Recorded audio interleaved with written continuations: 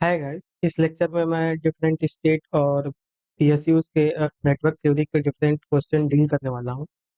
तो चलिए सेशन को स्टार्ट करते हैं। तो देखिए फर्स्ट क्वेश्चन में क्या कहता है कि in a linear system an input of 5 sin omega T produces an output of 10 cos omega T. The output corresponding to input 10 cos omega T. कह रहा है कि कोई भी एक लीनियर सिस्टम है, कोई भी एक एलटीआई सिस्टम दिया है, ठीक है। एज पर गिवन क्वेश्चन, अगर इनपुट में 5 sin ओमेगा टी लगा रहे हैं तो ये एलटीआई सिस्टम जो है आउटपुट में 10 cos ओमेगा टी जनरेट कर रहा है। तो कह रहा है कि अगर इनपुट हम 10 cos ओमेगा टी लगाएं, अगर इनपुट हम 10 cos ओमेगा टी लगाएं तो आउटपुट में क्या आएगा। तो यहाँ से देखिए, तो इस रिलेशन से तो ये यहाँ से 5 का यहाँ पे मल्टीपल आ रहा है, मतलब 5 into 2 आ रहा है, और साइन का क्या आ रहा है, कॉस आ रहा है, that is D by D T आ रहा है। इसका मतलब जब हमारा इनपुट में 10 cos ओमेगा टी होगा तो यहाँ पे 10 into 2, ये कितना हो गया 20, और इसका डी बाई डी टी करेंगे तो क्या आ जाएगा, यहाँ पे माइनस साइन ओमेगा टी आ जाएगा, माइनस साइन ओमेगा टी। तो इसका मतलब वाई टी की वैल्यू क्या आएगी, -20 साइन ओमेगा टी। तो जब इनपुट में 10 cos ओमेगा टी होगा तो आउटपुट पे कितना आएगा, -20 साइन ओमेगा टी। तो उस हिसाब से ऑप्शन डी इसका करेक्ट होगा। चलिए नेक्स्ट क्वेश्चन करते हैं। अब देखिए इस क्वेश्चन में क्या कह रहा है कि इनपुट वोल्टेज V की वैल्यू दी है 230 साइन 100 पाई टी, और करंट की वैल्यू दी है यहाँ पे 20 sign 100 pi T -π/3 plus 10 sign 300 pi T plus 45 degree, और प्लस में दिया है 2 साइन 700 पाई टी -π/3। तो हमसे कह रहा है कि active power drawn by converter, कि कन्वर्टर के द्वारा एक्टिव पावर कितना ड्रॉन होगा। तो यहाँ पे देखिए कि दो सिग्नल के बीच का कंपैरिजन कब करते हैं, जब उनकी फ्रीक्वेंसी क्या हो, सेम हो। तो अगर वोल्टेज ये है और करंट ये है, तो इस वोल्टेज में फ्रीक्वेंसी ये ओमेगा टी वाला टर्म है तो 100 पाई है। तो करंट में भी कंपैरिजन करने के लिए कि पावर निकालना है, वोल्टेज निकालना है, रिएक्टिव पावर कुछ भी निकालना है, तो हमको उसी फ्रीक्वेंसी के कंपोनेंट से हमको कंपेयर करना होगा। तो देखिए यहाँ पे 100 पाई वाला ये टर्म है, ये फ्रीक्वेंसी नहीं मैच है तो ये फ्रीक्वेंसी मैच नहीं हो रही है, तो इस करंट वाले हार्मोनिक कंपोनेंट से कंपैरिजन नहीं होगा। तो कंपैरिजन बस इसमें और इसमें होगा। तो हमसे एक्टिव पावर पूछ रहा है, तो हम जानते हैं कि जो एक्टिव पावर होती है, एक्टिव पावर या इसको हम बोलते हैं average power, that is V R M S I R M S cos theta V minus theta I, या बोले तो angle between voltage and current. तो देखिए ये इसकी पीक वैल्यू हो गई वी एम, और ये हो गई इसकी क्या, पीक वैल्यू आई एम। तो वी आर एम एस क्या होता है, वी एम बाई √2, और आई आर एम एस क्या होता है, I M by √2 cos theta V minus theta I. हम सीधा सीधा इसको यहाँ से √2 और √2 क्या हो जाएगा, 1/2 V M I M cos theta V minus theta I. अब देखिए ये अगर साइन थीटा को, साइन ओमेगा टी को मैं रिफरेंस मानूं, तो साइन ओमेगा टी का जो वेव ये वी आ जाएगा 0 डिग्री पे, ठीक है, ये रिफरेंस हो गया। अब इससे ये π/3 लैगिंग है, माइनस का मतलब लैगिंग हो गया, तो π/3 का मतलब 60 डिग्री। तो करंट इससे जो आई है, इससे 60 डिग्री क्या है, लैगिंग है, तो इनके बीच का एंगल कितना आ गया, 60 डिग्री आ गया। तो यहाँ से एवरेज पावर निकल जाएगी, तो 1/2 इंटू वी एम की वैल्यू 230 और आई एम की वैल्यू 20 इंटू कॉस 60 हो गया। तो यहाँ से 2 से ये 10 हो गया, तो ये कितना हो गया 2300, और कॉस 60 की वैल्यू 1/2, तो इसको डिवाइड कर लीजिए, तो 2 एकम 2, 2 एकम 2, 1 बचा, 2 पच्चे 10 और 0 वाट, तो 1150 वाट आएगा। तो उस हिसाब से इसका ऑप्शन बी करेक्ट होगा, ठीक है, 1150। अब देखिए नेक्स्ट क्वेश्चन करते हैं। अब देखिए ये यूपीपीसीएल एई में आया हुआ क्वेश्चन है, इसमें टोटल इंडक्टेंस फाइंड आउट करना है। पहले मैं एक केस समझा देता हूँ, उसके बाद से इस क्वेश्चन को सॉल्व करते हैं। सपोज करिए दो इंडक्टेंस हैं L1 और L2 और डॉट यहाँ पे प्लेस है और एक डॉट यहाँ पे प्लेस है। तो अगर करंट ऐसे जा रही है तो देखिए करंट दोनों में लीव कर रही है, या फिर एक डॉट यहाँ पे हो एक डॉट यहाँ पे हो, और करंट यहाँ से देखिए दोनों डॉट में इंटर कर रही है और इनके बीच का जो म्यूचुअल इंडक्टेंस है वो M है, म्यूचुअल इंडक्टेंस M है। तो इन दोनों केस में या तो दोनों लीव द डॉट हो या दोनों इंटर द डॉट हो, तो L इक्वलेंट हमेशा L1 plus L2 plus 2M होता है। ये पहला केस हो गया। दूसरे केस में क्या होगा कि सपोज करिए कि अगर एक डॉट यहाँ पे है और एक डॉट यहाँ पे है, ये L1 है ये L2 है, तो इसमें करंट क्या कर रही है, लीव द डॉट, और इसमें इंटर द डॉट। तो एक में लीव है और एक में इंटर है।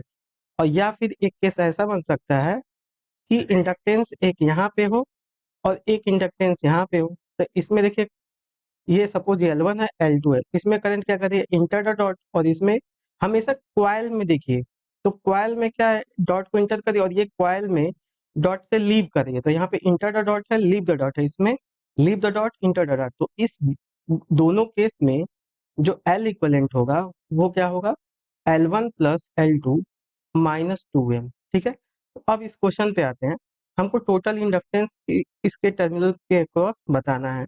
ठीक है, तो देखिए इसमें टोटल पहले क्या करेंगे कि हम जितने भी टोटल कॉइल के इंडक्टेंस है L1 प्लस L2, तो L इक्वलेंट हम लिख लेंगे L1 plus L2 plus L3। L1 की वैल्यू है 5, L2 की वैल्यू 10 और L3 की वैल्यू है 15, लिख लिए।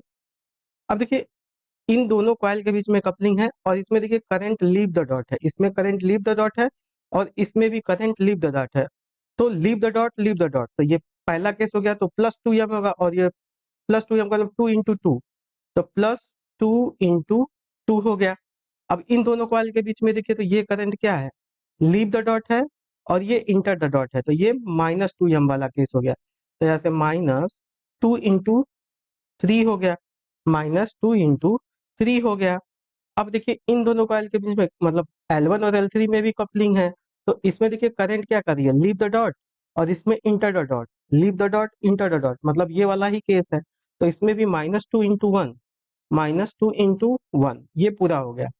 ठीक है, तो ये कितना हो गया, देखिए 10 5 15, 15 15 30, 30 और 30 और 4 34 हो गया, और -6 -2, तो 34 -8, 14 में से 8 गया 6 2, 26 हेनरी इसका आंसर हो जाएगा। तो इसका ऑप्शन बी करेक्ट होगा। ठीक है, चलिए नेक्स्ट क्वेश्चन करते हैं।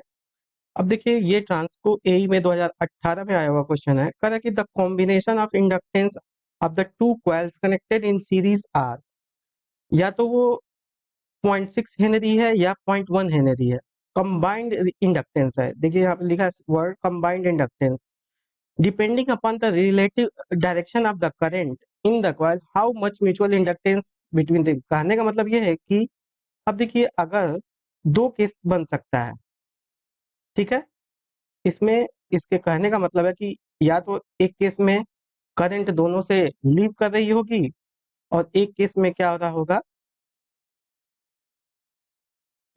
और एक केस में ये हो रहा होगा कि एक में लीव कर रही हो और एक में इंटर कर रहा होगा। तो जिस समय लीव करती है तो L इक्वलेंट क्या हो जाएगा, L1 प्लस L2, अगर इनके बीच में म्यूचुअल इंडक्टेंस M है तो ये +2M होगा, और L equivalent L1 plus L2 -2M होगा। देखिए ना, depending upon direction of current है ना। तो देखिए 0.6 हेनरी आया, तो ज्यादा किस केस में आएगा, एक 0.1 आया तो ज्यादा आ रहा है, तो इसका मतलब ये वाला केस होगा 0.6 हेनरी का, ये इक्वेशन 1 हो गया। और ये वाला केस होगा जिसमें कम आ रहा है, जिसमें अपोजिट होंगे तो -2 माइनस हुआ है, तो ये वाला केस होगा, तो ये कितना आ रहा है 0.1 हेनरी। और हमसे ये यम की वैल्यू पूछ रहा है, म्यूचुअल इंडक्टेंस। तो ये दो दूसरी इक्वेशन हो गई, दोनों इक्वेशन को हम ऐड कर दे, इक्वेशन 1 और इक्वेशन 2 को, तो ये क्या हो जाएगा 2L1 प्लस L2, और ये दोनों -2M प्लस 2M कट गए, 0.7 आ जाएगा, है ना। 0.7 आ जाएगा। तो यहाँ से L1 प्लस L2 की वैल्यू कितनी आ गई? 0.7/2 आ गई। इसको मान लीजिए इक्वेशन नंबर 3। अब इक्वेशन 1 में इसको पुट कर दे तो हम m की वैल्यू फाइंड आउट कर लेंगे। तो यहाँ से फ्रॉम फ्रॉम इक्वेशन 1 से देखिए, तो इक्वेशन 1 है L1 plus L2 plus 2m बराबर 0.6। तो यहाँ से L1 प्लस L2 की वैल्यू कितनी है? 0.7/2 प्लस 2m इक्वल टू 0.6। तो 2m की वैल्यू कितनी हो जाएगी? 0.6 माइनस 0.7/2। तो ये कितना आ जाएगा? यहाँ से 2 छक्का 12 मतलब 1.2 माइनस 0.7/2। तो इसको थोड़ा मैं छोटा कर ले रहा हूँ। तो यहाँ से देख लीजिए, 12 में से 7 गया, 12 में से 7 गया 5, है ना? तो यहाँ से ये आ गया 0.5/2, है ना? तो m की वैल्यू कितनी आ जाएगी? 0.5/4, 0.5/4। तो ये कितना आ जाएगा? इसमें करेंगे 5 में 4 का डिवाइड करेंगे तो 1.25 आएगा, और ये पॉइंट लगा है तो कितना आ जाएगा? 0.125 हेनरी आएगा। ठीक है, तो उस हिसाब से इसका ऑप्शन डी करेक्ट होगा। ठीक है, चलिए नेक्स्ट क्वेश्चन करते हैं। अब देखिए इस क्वेश्चन में क्या कह रहा है, देखिए ये भी एपी ट्रांसको के 2011 में आया हुआ क्वेश्चन है। कह रहा है कि the switch in the circuit has been close for a long time. ये स्विच थी ना, लॉन्ग टाइम से क्लोज थी, और एट टी बराबर 0 पे इसको ओपन किया जा रहा है। तो स्विच तो पहले ही क्लोज है, जब स्विच क्लोज थी लॉन्ग टाइम से तो circuit was in the steady state, और जब सर्किट स्टडी स्टेट में था तो उस समय कैपेसिटर कैसे बिहेव करेगा? Open circuit. Then current through the 1 micro farad capacitor at t बराबर 0 प्लस पे कितनी होगी? इसमें एट टी बराबर 0 प्लस पे कैपेसिटर में करंट कितनी होगी ये पूछ रहा है। तो फॉर टी लेस देन 0 पे सर्किट में जो स्विच थी वो क्या थी? क्लोज थी, और स्टडी स्टेट के स्टडी स्टेट में कैपेसिटर क्या होगा? ओपन होगा। तो सर्किट की कंडीशन क्या होगी उस केस में? ये 1 है और वोल्टेज है आपका 5 वोल्ट, ये प्लस और माइनस 5 वोल्ट। अब कैपेसिटर उस समय VC0 सर VC0 माइनस पे टी बराबर less than 0 circuit was in the steady state, और ये है 4 ओम। तो हम VC0 माइनस, यहाँ पे वोल्टेज डिवीजन रूल लगा देंगे, तो VC0 माइनस कितना आ जाएगा? 4/1 + 4 × 5। तो यहाँ से VC0 माइनस की वैल्यू कितनी आ गई? 5 से 5 कैंसिल कट जाएगा तो ये 4 वोल्ट आएगा। हम जानते हैं कि capacitor does not allow the sudden change of current, that is VC0 minus बराबर VC0 प्लस, मतलब आफ्टर स्विचिंग भी कैपेसिटर के अक्रॉस वोल्टेज 4 वोल्ट मेंटेन रहेगा। और कह रहा है कि एट टी बराबर 0 पर स्विच को ओपन कर दिया, तो अब स्विच को ओपन कर लेते हैं। तो एट टी बराबर 0 पे स्विच को हम क्या करेंगे? ओपन कर लेंगे। एट टी बराबर 0 प्लस पे हमने स्विच को ओपन कर देना है, तो ये 5 वोल्ट हो गया और ये 1 ओम हो गया। तो अब स्विच ओपन कर दिया, और ये कैपेसिटर के अक्रॉस स्टिल वोल्टेज कितना मेंटेन है? VC0 माइनस बराबर VC0 प्लस, तो ये VC0 प्लस की वैल्यू कितनी है? यहाँ पे 4 वोल्ट है ये, और इसके क्रॉस रेजिस्टेंस कितने ओम का है? 4 ओम का है, ये 4 ओम है। ठीक है, तो ये 4 वोल्ट इसके अक्रॉस भी तो अपीयर हो जाएगा। ये 4 वोल्ट, ये ओपन है तो इसमें करंट क्या आएगी? 0 आएगी। तो ये 4/4 इसमें करंट कितना आएगा? 1 एम्पियर का, और यहाँ से 0 एम्पियर करंट जा रही है, तो यही करंट तो कैपेसिटर के थ्रू भी जाएगी 1 एम्पियर। तो कैपेसिटर में करंट कितनी फ्लो होगी? IC एट टी बराबर 0 प्लस पे कितनी? 1 एम्पियर जाएगी। तो इसलिए इसका ऑप्शन बी करेक्ट होगा, इसलिए इसका ऑप्शन बी करेक्ट होगा। चलिए नेक्स्ट क्वेश्चन करते हैं। अब देखिए ये महाराष्ट्र PSC में आया हुआ क्वेश्चन है। Energy stored bye A coil is doubled when it current is increased by. कहा कि किसी कॉइल में energy stored in A coil, energy stored by the coil is doubled when its current increased by. तो कह रहा है कि suppose करिए कि कोई भी एक कॉइल है, उसमें सपोज करिए करंट I1 फ्लो हो रही है और इसका इंडक्टेंस L है। तो उस समय एनर्जी सपोज करिए E1 बराबर 1/2 LI1² थी।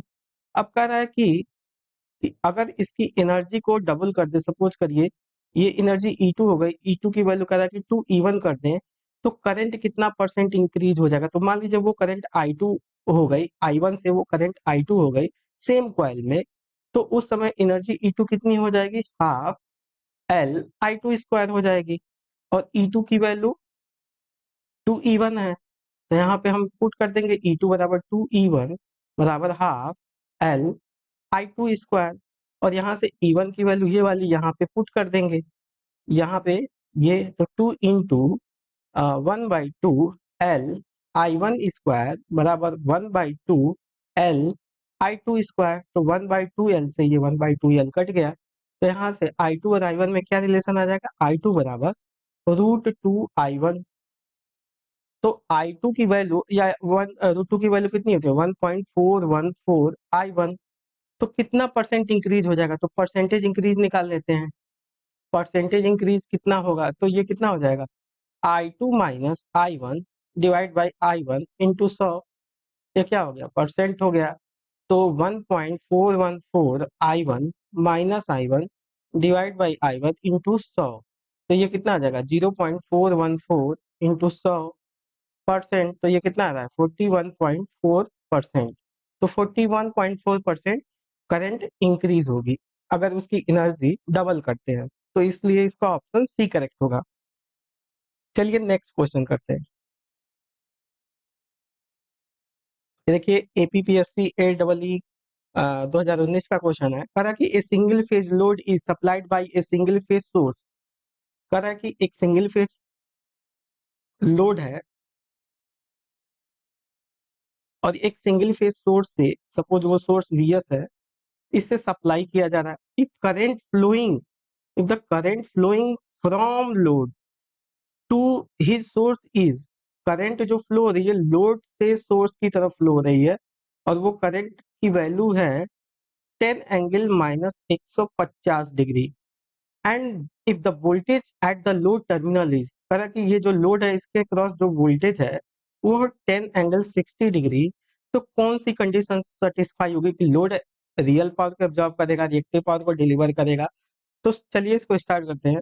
तो देखिए यहाँ से करंट आई निकल रही है, तो करंट यहाँ पे देखिए मैंने बताया था कि जब भी करंट यहाँ से निगेटिव टर्मिनल से इंटर करे तो हमेशा इसको ये क्या करेगा, पावर को सप्लाई करेगा, तो हम यहाँ से एस जो लोड है वो क्या हो जाएगा, VL IL कॉन्जुगेट होगा, तो यहाँ से VL की वैल्यू है 10 60 और IL है 10 एंगल माइनस 150 का कॉन्जुगेट, ठीक है, तो यहाँ से हो जाएगा ये 100 और ये +50 हो जाएगा, और +50 60 कितना हो जाएगा, 210 हो जाएगा, तो यहाँ से 10 इसको लिख सकते हैं कॉस 210 प्लस जे, सॉरी 100 कॉस 210 प्लस 100 साइन 210, हम इसको लिख सकते हैं 110 प्लस 180 प्लस 10, और इसको भी हम क्या लिख सकते हैं 180, सॉरी 180 प्लस 30 और 180 plus 30, cos 180 plus theta minus cos theta sine 180 plus theta minus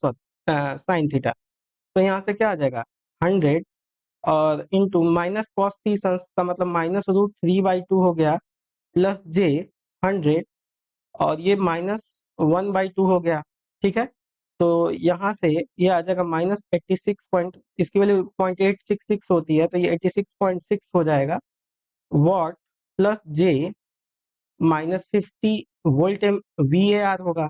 तो देखिए एक्चुअल में ये यहाँ से सर्किट से लग रहा था कि ये लोड पावर को सप्लाई कर रहा है, जब ये पॉजिटिव आता तो लोड पावर को सप्लाई करता, दैट मीन्स क्या कहने का मतलब है कि एक्चुअल सिनेरियो में कि अगर सपोज सर्किट ये दिया है तो ऐसा लग रहा है कि ये पावर को सप्लाई कर रहा है, बट ये निगेटिव आ गया, निगेटिव आने का मतलब है कि ये माइनस का आने का मतलब कि 86.6 वॉट ये एब्जॉर्ब कर रहा है पावर, और Q भी निगेटिव आ गया, मतलब ये 50 वॉट को भी क्या 50 VAR को भी क्या कर रहा है, एब्जॉर्ब कर रहा है, तो दोनों केस में एक्टिव और रिएक्टिव पावर दोनों केस में क्या कर रहा है, ये लोड एब्जॉर्ब कर रहा है, तो इसलिए load absorb real power deliver reactive power, option ये गलत है, ये गलत है, load absorb the real power and absorb the reactive power, इसलिए इसका ऑप्शन बी करेक्ट होगा।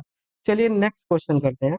अब देखिए इस क्वेश्चन में कह रहा है for the circuit shown in figure reading of the voltmeter, देखिए ये इंडक्टर है, इसका इम्पीडेंस रिएक्टेंस 5 ओम दिया है और ये कैपेसिटर भी दिया है 5 ओम का, तो ये मैग्नीट्यूड फॉर्म में दिया, एक्चुअल में रिएक्टेंस क्या होता है जे ओमेगा एल, और मैग्नीट्यूड इसका ओमेगा एल की वैल्यू दी है 5, तो ये कितना हो जाएगा J5, और ये ओमेगा सी की वैल्यू 5 दी है, तो एक्चुअल में रिएक्टेंस क्या होता है माइनस जे एक्स सी होता है, माइनस जे एक्स सी, मतलब ये क्या होगा -J5 होगा, तो ये क्या होगा -J5। तो इसके क्रॉस अगर हम एक्स इक्वलेंट निकालें तो एक्स इक्वलेंट कितना हो जाएगा +J5 -J5, तो ये तो जीरो हो गया। जीरो होने का मतलब क्या है, यहाँ पे वोल्टमीटर लगा है और ये जीरो होने का मतलब ये शॉर्ट सर्किट हो गया, शॉर्ट सर्किट हो गया तो वोल्टेज कितना रीड करेगा 0 वोल्ट, तो वोल्टमीटर कितना वोल्टेज रीड करेगा 0, तो इसलिए इसका ऑप्शन ए करेक्ट होगा। चलिए नेक्स्ट क्वेश्चन करते हैं। अब देखिए इस क्वेश्चन में क्या कह रहा है कि in the following circuit voltage V2 is, इस सर्किट में वोल्टेज V2 क्या होगा, मैं इसको सेपरेटली यहाँ पे ड्रॉ कर ले रहा हूँ। तो देखिए यहाँ पे सर्किट में क्या दिया है कि यहाँ पे एक रेजिस्टेंस है, ये भी एक रेजिस्टेंस, और यहाँ से करंट है 0.04 V2, ठीक है, और ये है 100 ओम, और ये है 50 ओम, और इसके क्रॉस वोल्टेज ऐसे दिया है V2, और यहाँ पे 10 वोल्ट दिया है, ठीक है। तो हमको V2 को बताना है। सपोज ये ग्राउंड है, ठीक है, सपोज कर लीजिए ये ग्राउंड है, ठीक है। अब देखिए यहाँ पे अगर ये ग्राउंड है तो ये भी ग्राउंड होगा, तो ग्राउंड के रिस्पेक्ट में यहाँ का वोल्टेज कितना हो जाएगा 10 वोल्ट। अगर यहाँ से चले तो यहाँ का पोटेंशियल कैसे होगा 10 + V2, यहाँ का वोल्टेज कितना हो जाएगा 10 + V2 हो जाएगा, ठीक है। मैं V2 के फॉर्म में इसलिए चल रहा हूँ क्योंकि हमको V2 ही फाइंड आउट करना है, तो हम अलग से अलग पैरामीटर मान करके और इक्वेशन बड़ी कर लेंगे, तो उससे कोई मतलब नहीं है, ठीक है। तो यहाँ पे हम नोडल लगा देंगे, तो देखिए यहाँ से ये 0.004 V2 करंट आ रही है, और सपोज के लिए ये करंट ऐसे जा रही है और ये करंट ऐसे जा रही है, तो नोडल एट पॉइंट दिस, तो यहाँ से क्या आ जाएगी 0.004 V2 इक्वल टू 10 + V2/100 हो जाएगा, प्लस 10 + V2 - 10/50, यही तो करंट होगी 10 + V2 - 10/50। इसको हम क्या लिख सकते हैं 0.00, क्या है 0.04 को ऊपर नीचे अगर 100 से गुणा कर दे तो ये 4/100 हो जाएगा, मतलब 1/25 भी लिख सकते हैं इजी कैलकुलेशन के लिए। V2/25 हो गया, तो ये 10 से 10 यहाँ पे कैंसिल हो गया, एलसीएम यहाँ पे 100 हो गया, तो 100 तो ये कितना आ जाएगा 10 + V2, और ये 2V2, और ये हो जाएगा 25 चौका 100, तो 4V2 इक्वल टू 10 + 3V2, तो 4V2 - 3V2, V2 equal to कितना आ गया फिर 10 वोल्ट, V2 इक्वल टू कितना आ गया आपका 10 वोल्ट, तो इसलिए इसका ऑप्शन डी करेक्ट होगा, इसका ऑप्शन आपका डी करेक्ट होगा। चलिए नेक्स्ट क्वेश्चन करते हैं। अब देखिए इस क्वेश्चन में क्या कह रहा है कि Z11 बताना है, जेड पैरामीटर का, तो हम जानते हैं कि जो V1 होता है वो क्या होता है Z11 I1 + Z12 I2, ठीक है। तो देखिए इस क्वेश्चन में ये I1 है, ये I1 है, और ये आपका I2 है, तो यहाँ से I1 जा रहा है, यहाँ से I2 जा रहा है, तो इसमें कितना करंट जाएगा I1 + I2 जाएगा, और इधर से I1 आ रहा है, तो इस सर्किट में कितना आएगा I1 + I1 + I2, 2I1 + I2 current आएगा। अब इसमें यहाँ पे एक KVL लगा देंगे, KVL in loop 1, KVL in loop 1, ठीक है। तो ये V1 बराबर 10I1 + 15 2I1 + I2, तो ये देख लीजिए कितना आ रहा है 10I1 + 30I1 + 15I2, तो ये कितना आ रहा है 14I1 + 15I2, V1 बराबर, ये इक्वेशन 1 मान लीजिए, ये इक्वेशन 1 2, दोनों को कंपेयर करेंगे तो Z11 की वैल्यू कितनी आ रही है, यहाँ से देखिए यहाँ पे I1 का कोफिशिएंट है, तो Z11 कितना आ गया 40 आ गया, तो Z11 की वैल्यू 40 आ गई, तो उस हिसाब से इसका ऑप्शन डी करेक्ट होगा। चलिए नेक्स्ट क्वेश्चन करते हैं। ये देखिए महाराष्ट्र पीएससी एई का 2019 का क्वेश्चन पेपर है, जो कि ईएससी का क्वेश्चन है, मतलब ईएससी के 2007 में भी पूछा है, फिर उसको महाराष्ट्र पीएससी में भी पूछा है। कह रहा है कि a balance 3 phase 3 wire feeds balance star connected register, if one of the register is disconnected then percentage reduction in power consumption. कह रहा है कि पहले केस में क्या है कि एक balance 3 phase star connected system है जिसका रेजिस्टेंस सपोज आर है, बैलेंस है तो आर ही होगा, बैलेंस लोड है, तो सपोज करिए इसके line to line voltage VL है, तो इसके फेज पे वोल्टेज कितना हो जाएगा, VPH equal to VL by √3, VPH equal to VL by √3 हो जाएगा। ठीक है, तो अब यहाँ से थ्री फेज पावर इस केस में कितनी ऑब्जर्व होगी, हम जानते हैं कि 3 VPH स्क्वायर बाई R, तो ये कितना हो जाएगा 3 VL बाई √3, तो VL स्क्वायर बाई 3R हो जाएगा। तो यहाँ से थ्री फेज पावर पहले केस में कितनी आ गई, VL स्क्वायर बाई R आ गया। तो इक्वेशन 1। अब क्या था कि एक कोई भी एक रजिस्टर डिस्कनेक्ट हो गया, सपोज कि ये वाला रजिस्टर ओपन हो गया, तो सर्किट कैसी बन गई, ऐसे बन गई, और ये यहाँ से ये ओपन हो गया। ठीक है, तो यहाँ से अब इसमें कोई भी करंट जीरो जाएगी। अब ये VL और ये R, तो इस केस में पावर कितनी ऑब्जर्व होगी, सेकेंड केस में VL square by R plus R 2R हो जाएगा। तो कितना पावर में रिडक्शन हुआ, तो परसेंटेज रिडक्शन इन पावर निकाल लेते हैं, डेल्टा P। तो आपका P1 माइनस P2 मतलब VL square by R minus VL square by 2R divide by VL square by R into 100। तो यहाँ से VL square by R common हो गया, और ये हो गया 1 minus 1/2 divide by VL square by R into 100। तो ये देखिए VL स्क्वायर से VL स्क्वायर कट गया, और ये 1/2 इंटू 100% तो कितना आ रहा है, 50%। तो उस हिसाब से आपका ऑप्शन बी करेक्ट होगा। तो ये थे लगभग 11 क्वेश्चन डिफरेंट स्टेट में, जो कि आपके रिवीजन पॉइंट ऑफ व्यू से बहुत ही इंपॉर्टेंट होगा। हो सकता है कि क्वेश्चन कुछ बने इस तरह के, तो आपके लिए बेनिफिशियल होगा। और एक और सजेशन कि अभी एग्जाम में कुछ दिन बाकी हैं, तो मेरा पर्सनल सजेशन होगा कि आप CL वाधवा के क्वेश्चन जरूर करके जाएं, और आप डेली कोशिश करिए कि मॉर्निंग टाइम में पहले उसके 100 क्वेश्चन डेली रिवाइज करिए, डेली। जैसे मान लीजिए पहले दिन में आपने 100 क्वेश्चन रिवाइज किया, फिर सेकंड डे में क्या करिए, उस पुराने 100 क्वेश्चन को तो रिवाइज करिए ही, प्लस नया 100 क्वेश्चन रिवाइज करिए। थर्ड डे में क्या करिए, ये 200 क्वेश्चन रिवाइज करिए, देखते रहिए क्वेश्चन को। ठीक है, फिर अगेन 100 क्वेश्चन, तो इस तरह से आप उसमें टोटल 500 क्वेश्चन उसको रिवाइज करके जरूर जाइए। अब मुझे लगता है कि वहां से 7-8 क्वेश्चन जरूर आने चाहिए, क्योंकि जो प्रीवियस ईयर 2017 में पेपर हुए थे उसमें क्वेश्चन आए थे, इस वाले CL वाले से लगभग 10 क्वेश्चन आए थे। इसको इग्नोर मत करिएगा, ये मेरा पर्सनल सजेशन है। ठीक है, थैंक यू।